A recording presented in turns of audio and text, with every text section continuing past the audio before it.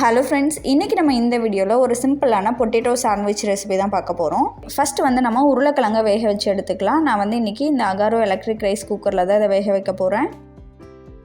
இப்போ இந்த பாத்திரத்தில் 200 ml அளவுக்கு தண்ணியை ஊற்றிட்டு மேலே நம்ம வந்து உருளைக்கிழங்க வச்சிடலாம். இப்போ இதை மூடி வச்சுட்டு ஸ்டீம் அப்படின்ற ஆப்ஷனை வந்து செலக்ட் பண்ணி ஒரு 15 நிமிஷம் இதை வேக வச்சு எடுத்துக்கலாம். இந்த எலக்ட்ரிக் ரைஸ் குக்கர் பார்த்தீங்க அப்படின்னா அகாரோ பிராண்டில் இருந்து தான். இதோட கெப்பாசிட்டி வந்து 5 லிட்டர். இந்த ரைஸ் குக்கரோட லிங்க் வந்து டிஸ்கிரிப்ஷனில் கொடுத்துருக்கேன், வேணும்னா செக் பண்ணிக்கோங்க. வேக வச்ச உருளைக்கிழங்க இந்த மாதிரி தோல் சீவிட்டு எடுத்து வச்சுக்கோங்க. இதை வந்து நம்ம நல்லா மசிச்சுக்கலாம். இந்த மாதிரி மசிச்சு விட்ட பிறகு இது கூட நம்ம ஒரு பெரிய வெங்காயத்தை பொடியாக நறுக்கி சேர்த்துக்கலாம்.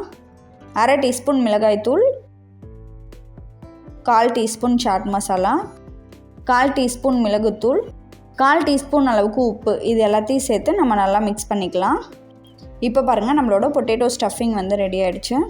அடுத்ததான் நம்ம க்ரீன் சட்னி ரெடி பண்ணிக்கலாம். இதுக்கு வந்து ஒரு மிக்ஸி ஜாரில் ஒரு கையளவுக்கு நம்ம கொத்தமல்லி சேர்த்துக்கலாம். கொஞ்சமாக புதினா சேர்த்துக்கோங்க. 2 டேபிள் ஸ்பூன் அளவுக்கு தேங்காய், 2 பல் பூண்டு, பாதி பச்சை மிளகா, பாதி எலுமிச்சம்பழத்தோட ஜூஸ் சேர்த்துக்கோங்க. அடுத்ததாக உப்பு கொஞ்சமாக சேர்த்து நம்ம வந்து இதை நல்லா அரைச்சி எடுத்துக்கலாம். இந்த அளவுக்கு நல்லா நைஸாக அரைச்சி எடுத்துக்கோங்க. அடுத்ததாக நான் வந்து 4 பிரெட் ஸ்லைசஸ் எடுத்திருக்கேன். இது வந்து ஹோல் வீட் பிரெட் தான் எடுத்திருக்கேன். ஒரு செட்டில் வந்து நான் க்ரீன் சட்னி அப்ளை பண்ணிக்க போகிறேன். இன்னொரு செட்டில் வந்து சீஸ் ப்ரெட்டு தான் அப்ளை பண்ணிக்கிறேன்.